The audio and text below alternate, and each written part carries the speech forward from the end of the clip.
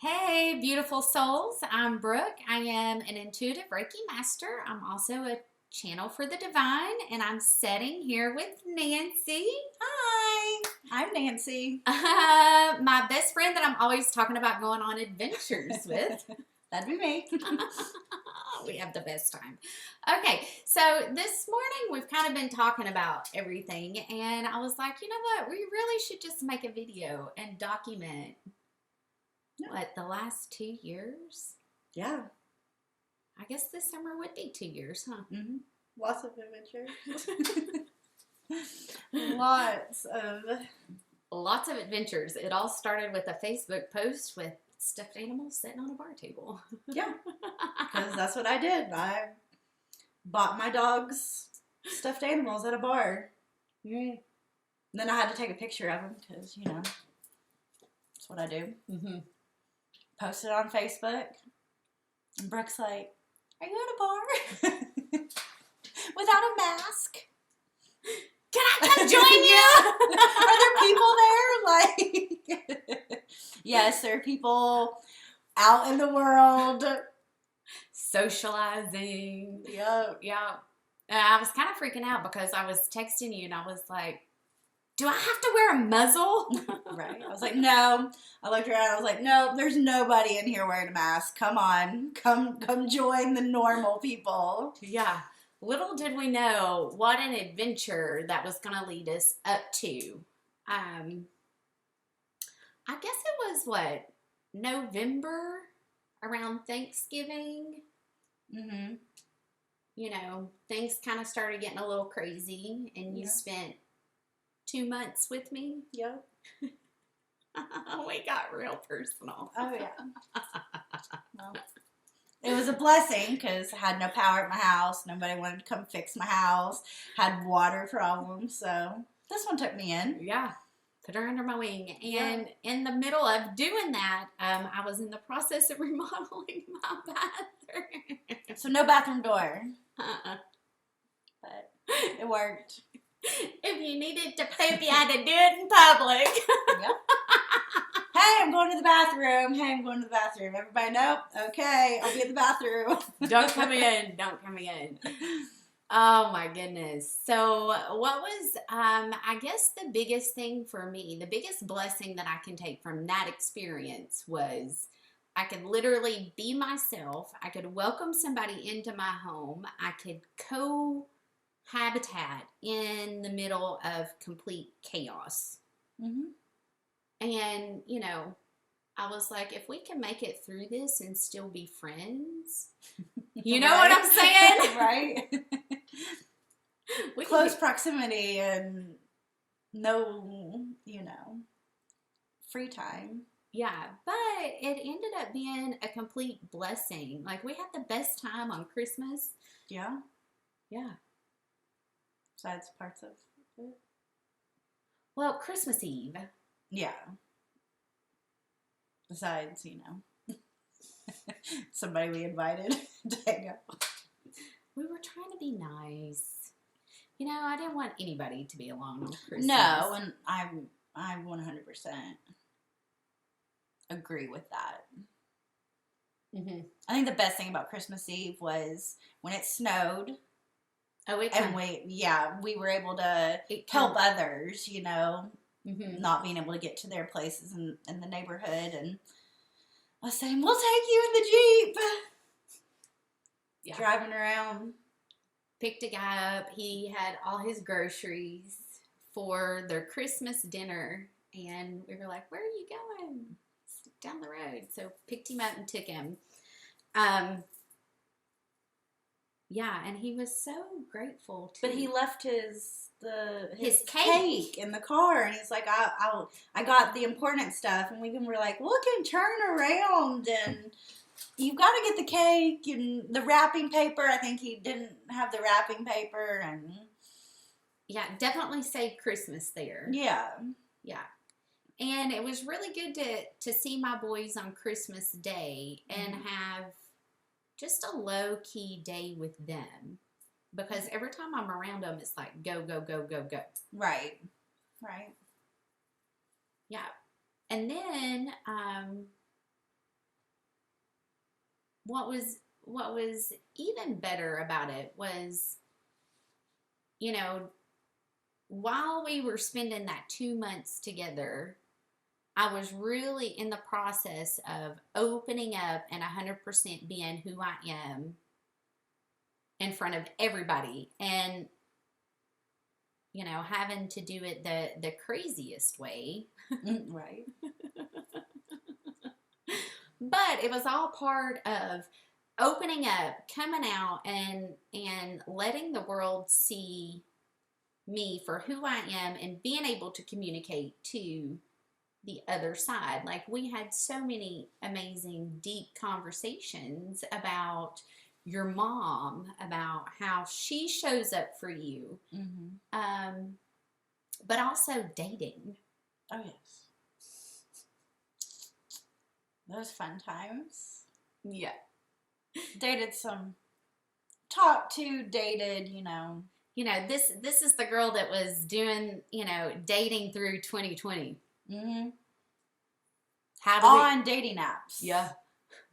Which, that just alone is, I don't even know the word to describe it. That alone is just unbearable, you know? Yeah. To an extent, because it did work out in the end. It did work out. It did. It did work out. I feel nervous. I feel like I don't even know. I don't even know where the camera is. I'm just like, hey, I'm here.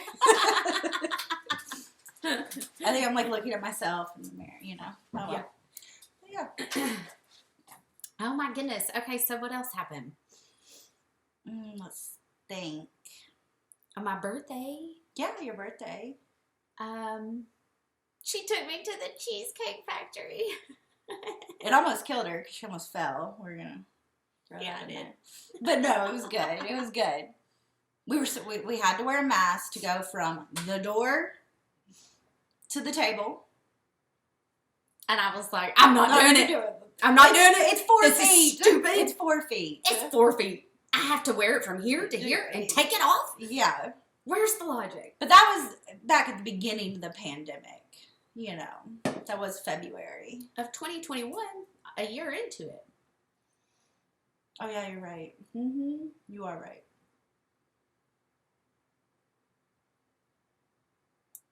Yeah, because that was... We're knocking on 2 years. Yeah.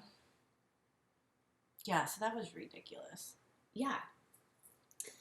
So, yeah, I didn't want to go. And she was like, no, there's a reason why you want to be here. Mm-hmm. There's a reason. There was. And there was. Our waiter was Moses. I just remember her being like, what was your name? He just said it. What was that? Oh my God, are you serious right now? Moses. Meant to be. And see, she needed that on her birthday. I did. I need Moses to show up. And what was funny is we were sitting there talking about Daniel showing up. Mm-hmm. But that was a couple of months. Wait, when was that? January. Oh, yeah. Mm-hmm. So backtracked. That's when David, Daniel and the lion, yeah. Mm-hmm. And the lion's den. Yes. Which was kind of interesting. Yeah, that trip went all to pieces. And, you know, you were kind of like my saving grace of everything happens for a reason. You just got to flow with it. And as soon as we pulled in, my song started playing. And I was like, hot diggity dog. It's meant to be. Okay. I just got to ride through the tornadoes of things getting reorganized. And I feel like that's kind of been my life for the last 2 years. It has been. Yeah. But it's a growing, like you are growing from every thing you're going through, you're pushing through, you're learning. Mm-hmm. So every stepping stone is another mile marker step that it's all going to be worth it in the end. Mm-hmm. Yeah. And then Utah, same thing happened. Everything fell apart, literally. And you were Especially like, that day you're supposed to leave and getting a rental car. But it worked out. it did work out. Everything that's meant to be is going to find a way to be. I mean, it's true. And I feel like, at least for me, when things like that happen, you're so much more thankful, like, when you do get to go, because you've had all that buildup of, it's not going to work, like, it's not going to work, and you can't pessimistic, that side of it, because when we did find a way around, that you were on your way. Which really reminds me of the astrology of what's going on now. Like, everybody's kind of feeling like, oh my gosh, it's a block. Maybe I shouldn't. Maybe I should. How do I navigate? And that's a great example of that. Yeah. And then, what's next? The rats. Oh my God. That picture just popped up the other day because I was deleting pictures and I was like, oh, yep, here are those little things in the back of the Jeep. Like, clean out, like, the shed. And, like, it wasn't, like, junk. It was just stuff we were going to donate. Put it in the back of my, Jeep truck. Drive all the way to the donation place. And they're running around in the back of the tailgate. And I'm like, what were you in to hide that we did not see you? Carrying you from the shed to the back of, still no clue what they could have been in. Yeah, but the best part is you were standing on top of the Jeep. Like, trying to look and see where they were at. And that girl comes climbing up. Yes. I forgot about the girl out of the dumpster. Hey, y'all need help? What? Who are you? I can get it. And then she jerked a glove out of nowhere. Yeah, Like, right? where did this glove even come from? She's like, I'll get where it's at. No clue where it's at, hon. Like, no clue. It just appeared out of thin air. Like she did. Yeah. I mean, she crawled out of a dumpster. Oh, So. I know. I mean, I hate to even think that she's living there, but... You have to hate it, but then you have to know that some people make those choices to be put in that situation. And I feel she was one of those that made the, Yeah. young, capable of making good choices. But yeah, and we were like, okay, we just gotta get out of here. But then the mice, or whatever they were still in the Jeep. So we didn't feel comfortable leaving, knowing that they could be crawling around on our feet here in a minute. But we did it. We drove all the way back to the house. My feet were hanging outside. I was like, we didn't have the doors on the Jeep. Just don't let one crawl on me. Like, I'm okay. It can be in here and ride with me. Just don't crawl on me. I still never found the mice. Like, they just disappeared. Yeah. Out of thin air. Yeah. And they literally ran in. Into the chair. Or well, because I didn't have the top or the doors on the Jeep, so they ran up over and into, like, the, what do you call it? Like, the cab area of a truck, like the interior of the Jeep. In the seat, I don't know, like. Then it started raining. Yeah. We're like, oh my goodness. I was like, I just gotta go home and get this thing in a garage, like. Pray that they leave. They leave. Yeah. And I kind of want to rewind a little bit and go back to the whole dating. I don't know that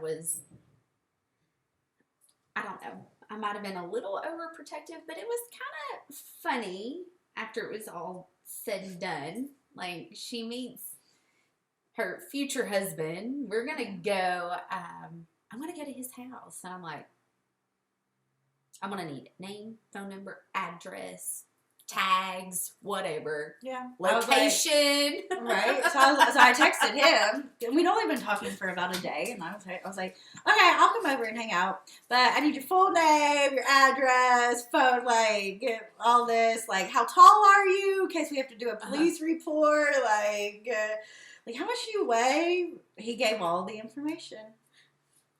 But then I turned around, and instead of forwarding it to Brooke so she had the information, I sent the information back to him.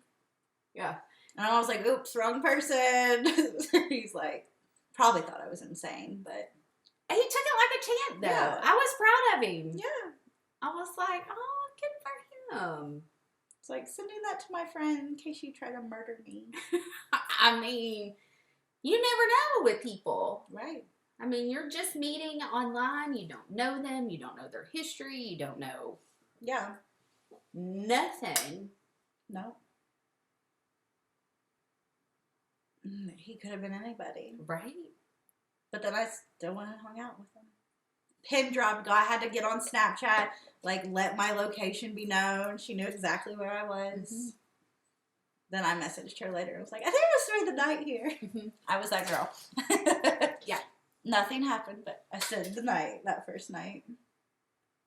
Yeah, it's been truly awesome watching you all grow as a couple, too. Mm-hmm. And watching you go from a single woman with no children to a future stepmom. Mm-hmm. He's got 3 kids. Mm-hmm. Yeah. Definitely a change for me. Yeah, but you've done so well. You know? You really have. I try. That's all I can do. Mm-hmm. Yeah, and it's definitely, I love the fact that he's got twins, too. Mm-hmm. Twin girls. Mm-hmm. We've got twin boys. Yeah, and they're just a little younger than mine. Yeah. 2 years. They'll be 15 in June, so. Mm-hmm. Does that make it a year and 4 or 5 months? Mm-hmm. Yeah, but I really want to talk about what happened when we were shopping for your dress. Oh, yes. Yes. Okay. Because, like, for me, I feel like the door's been open for you to always ask me questions on how do I communicate with my mom? How do I communicate with my dad? How do I know when they're with me? Mm-hmm. So, I'll let you take it. Well, I think the biggest thing when I've, like, talked to you going before the dress is just looking for things, like, you're such a big, like, number sync, you know, and, like,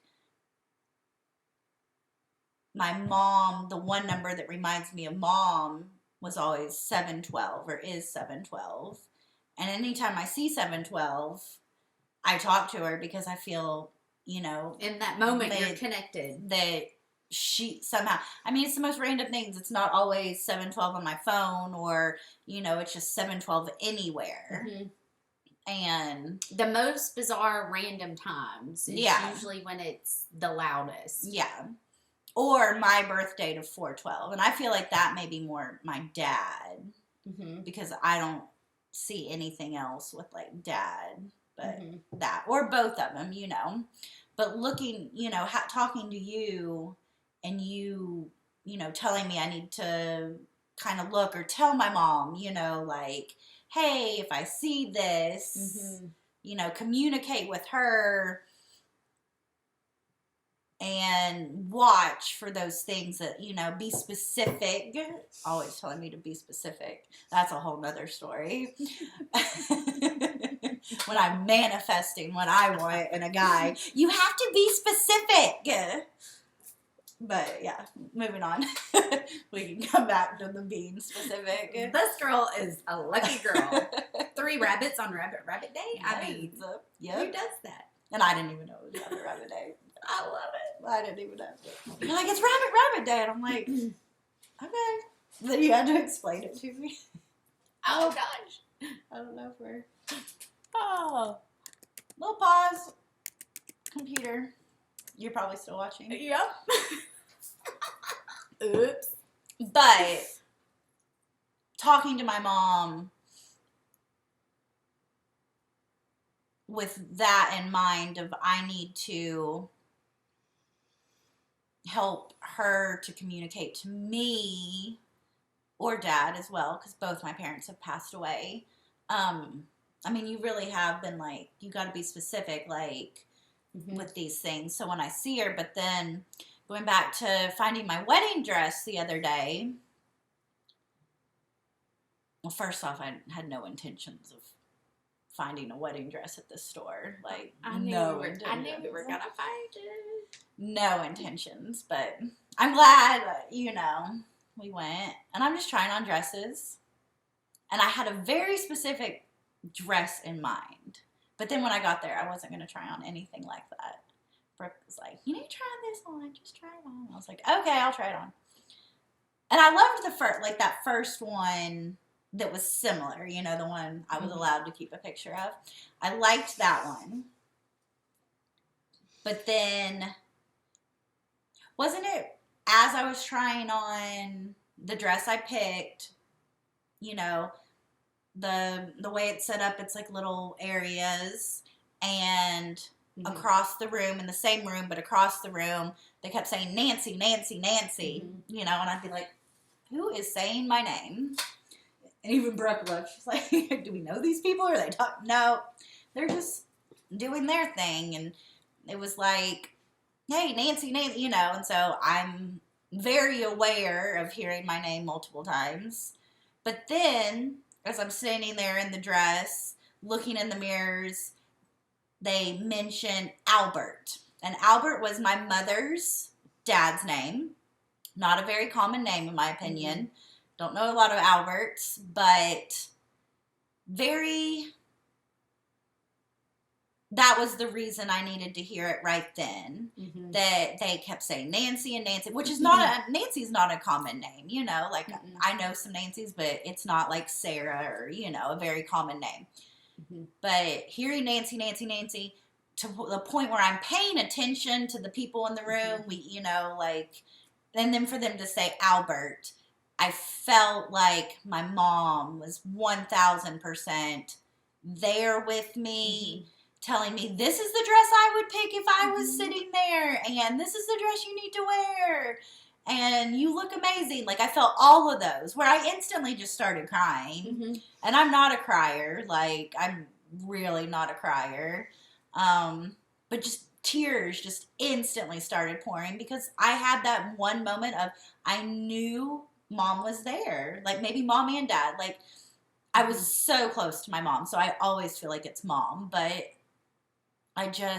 I knew she was there as my watch just went off, vibrated, so, but yeah, I knew mom was there, and I just, was bawling in my dress that they were going to sell me, that was the dress I was going to have, so I needed to not get mascara all over the dress. Yeah, I know. But, yeah. It was truly a magical experience, and I say that to say this, nobody ever wants to go through and have to pick out their wedding dress and not have their mom or their dad or anybody for that matter that they hold close to them to be able to be there to experience that. So with that being said, given the situation, it couldn't have been any more perfect. Oh, I know. Yeah. And I got chills all over me. My hair stood up.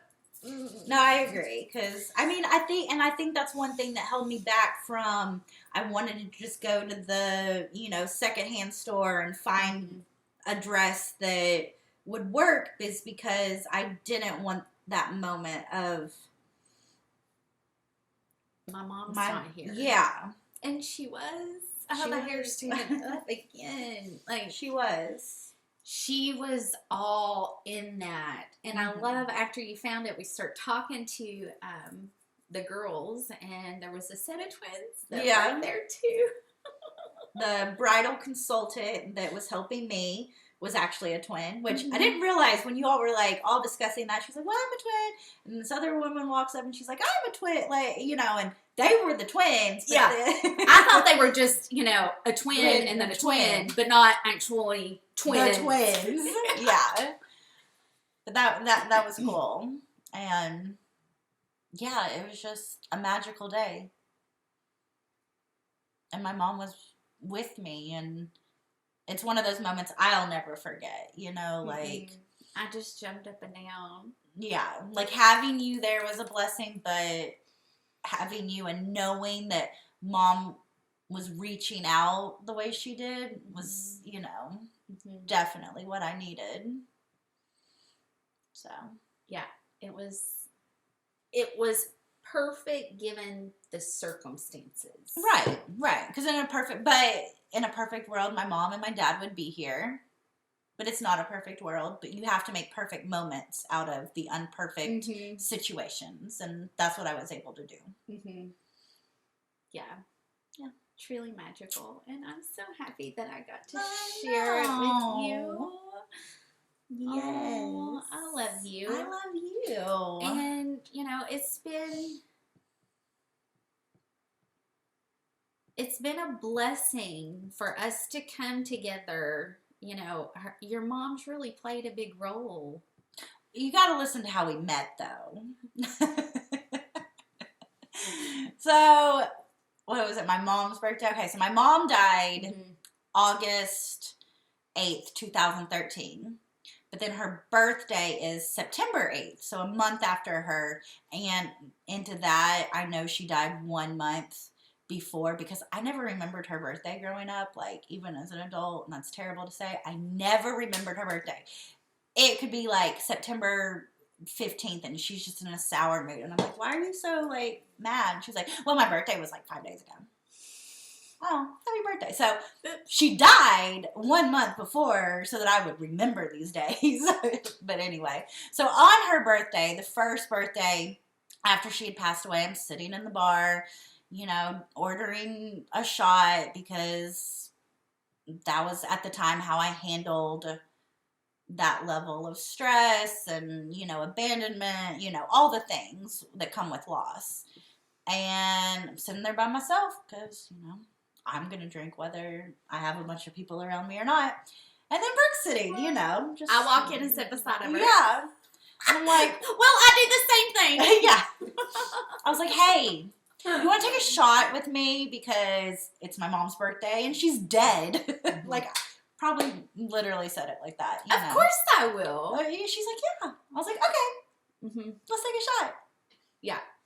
Yeah. And then our lives kind of grew apart, but we still stayed in contact. You know, Facebook, texting. I think we probably saw each other, you know, a few times out and about. Yeah. And then didn't really come back together until 2020, like hanging out. When I posted the pictures of the animal. Of the bar. And the stuffed animal. The alarms went off. She's drinking. She's out in public. Yeah. And then. Yeah. And then over 2021, like you were helping me work on the house and we were spending a lot of time together not drinking. Yeah.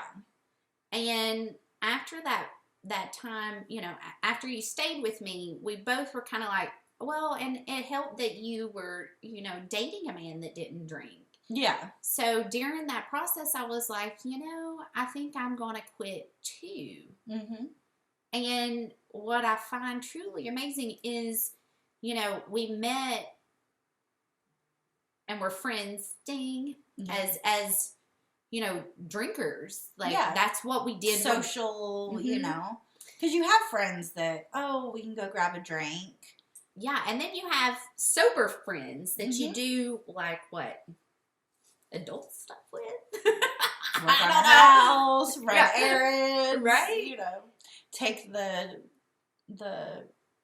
what are they, like, cans to the recycle center. Oh, that was an adventure. Yeah. In the Jeep with no doors and Cans flying out. Pew, pew, I pew, was like, pew. I think we need to pull over and reassess the situation. People blowing the horn. Yeah. Sorry. That was fun. Yeah. And, you know, we've been able to bridge that relationship into, you know, we didn't need alcohol. Right. We didn't need to Have to drink to open up to each other, because I'm a very reserved, quiet person where meeting new people, it's a lot easier for me to do it if I have, you know, that security blanket of alcohol to open up, because I won't open up very easily without it. And we knew each other, you know, prior, wasn't like, you know, but for me to be able to still continue to have, like, conversation and not be like, oh my God, I don't know what to say. That was, you know. Yeah, it was good because a lot of times you don't have friends that make that transition with you. And I had one that couldn't make the transition. Yeah. Just recently. And that's unfortunate because it was killing her, or it is killing her. Yeah. You know. Yeah. But everybody makes their own choices, and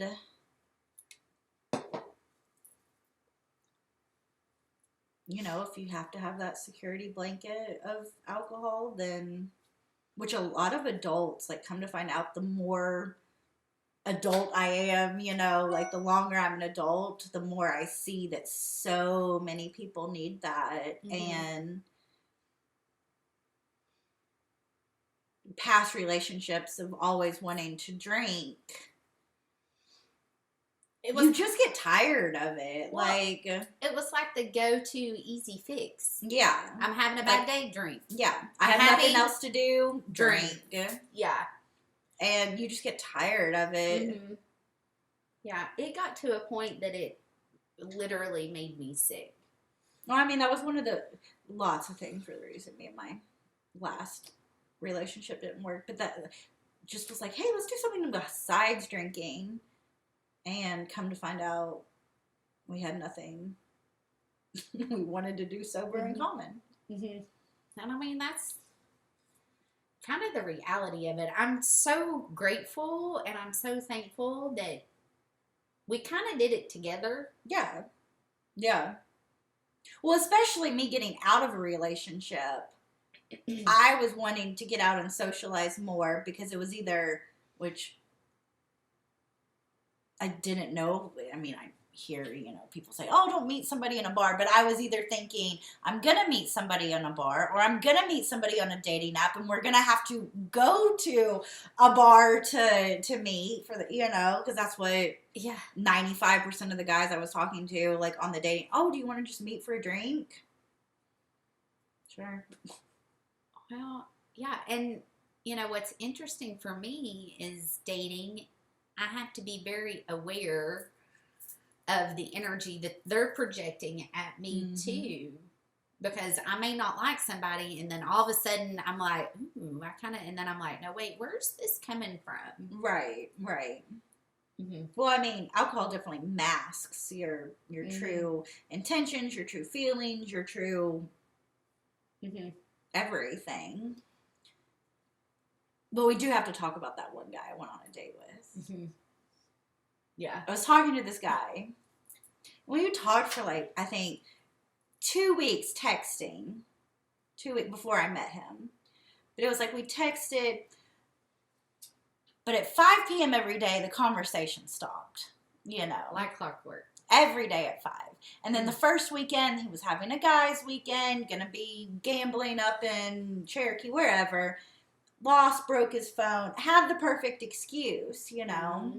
So I kind of stopped talking to him, but then he was like, hey, are we still going to meet for lunch? And, you know, Brooke was like, you can go, like, go to lunch. But gave me her, intuitive side of, let's think this through. He's going to marry you. Pay attention to his behavior. Yeah. And what's crazy is he was literally mirroring what you were doing. Yeah.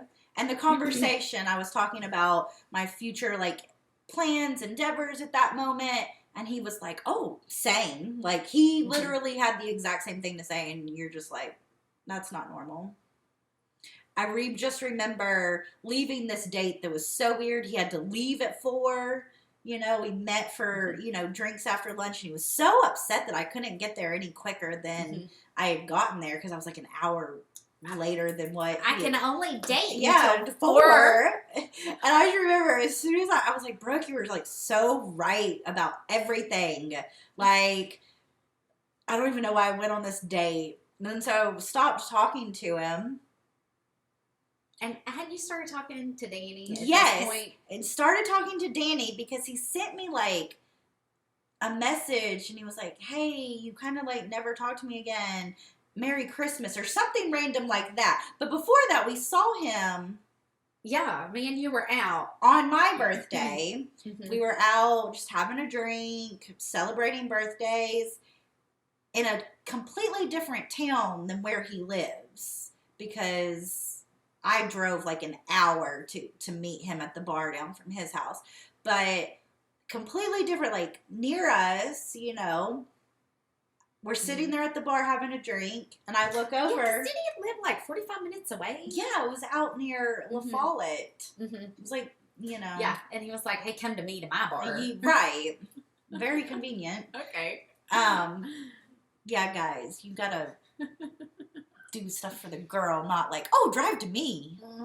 That should have been a sign in on red flag. Red flag. But we're having a birthday drink for me, and I look over, I was like, that's the guy.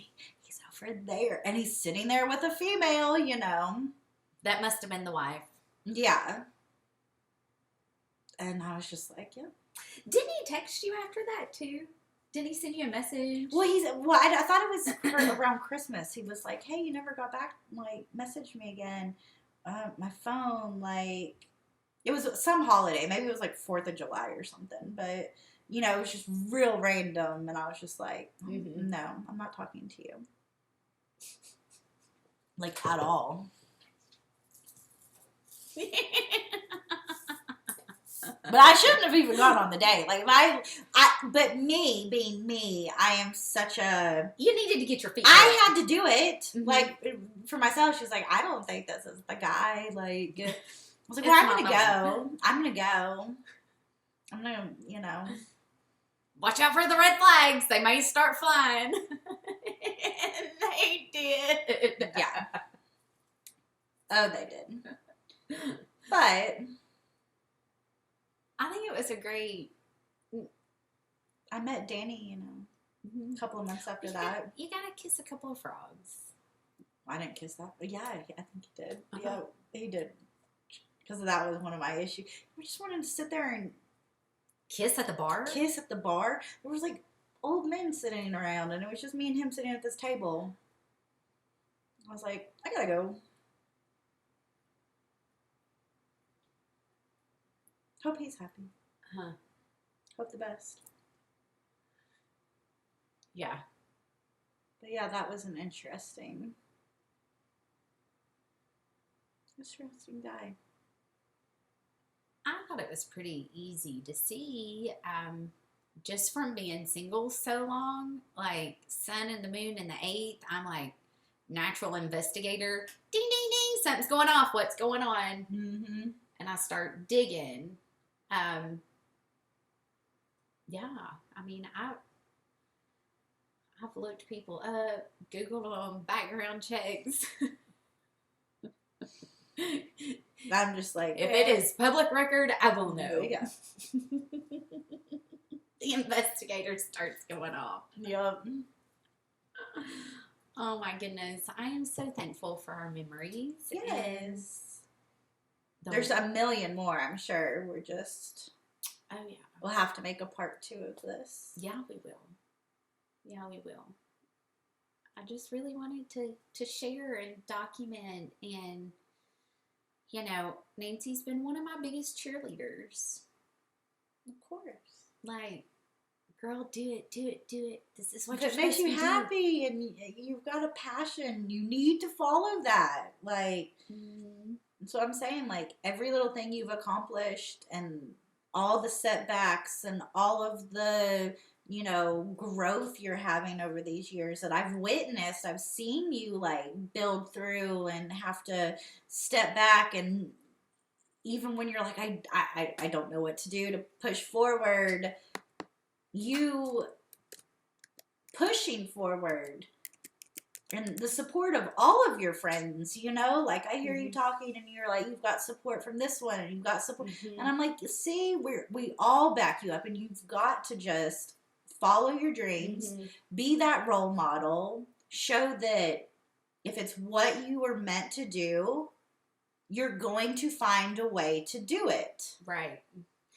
And I think that's really what the whole lesson for me has been about. I'm going to put this roadblock here to see if you really want it. Yeah. I'm going to put this here to see if you're going to continue going forward. Well, I think you may have posted on Facebook or whatever, or maybe I saw it, but it's nothing. I think it was about like a female, nothing easy is worth having, and nothing that doesn't take work, is 100% worth it. And that's so true. Like, if, like you say, oh, I want this, and God's just like, here you go. You're like, you're not going to appreciate it. You're going to be like, oh my God, it was just so easy to ask for it, and then I have it. And you'll let things fall, or you won't do this. But you having to get through all of this to accomplish what you're building and what you're working towards, and seeing that, significant build of the walls of your, dreams is 1,000% gonna be the motivation, the love, the support of, this is blood, sweat, and tears. Yes, this is everything I've wanted and everything I've had to overcome to have it. It's true. So very true. But my kids have been my biggest motivation. Oh, yeah. In studying their charts, studying my charts, and knowing what's coming, being able to energetically tap in, see the future of what's coming. It has been like, you can't give up because they're watching you. Yeah. And you have to push forward. Yeah. And you have to, hold that light and be that inspiration and witness that,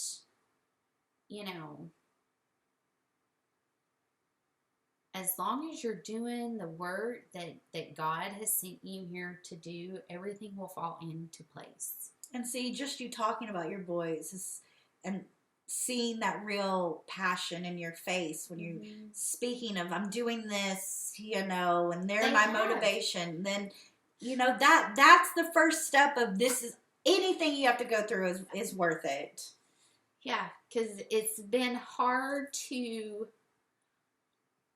be 100% me and be open and honest and raw with them, and then use what's happening as a inspirational tool to guide them to not fall trap to the systems that we all know is falling. Ultimately, they're teenagers. All I can do is be a witness and an inspiration and hold that light. They're going to choose what they want to choose. Yeah. But they have been my heart, my soul, my motivation. And I'm tearing up. That's how you know you're passionate. I just love them.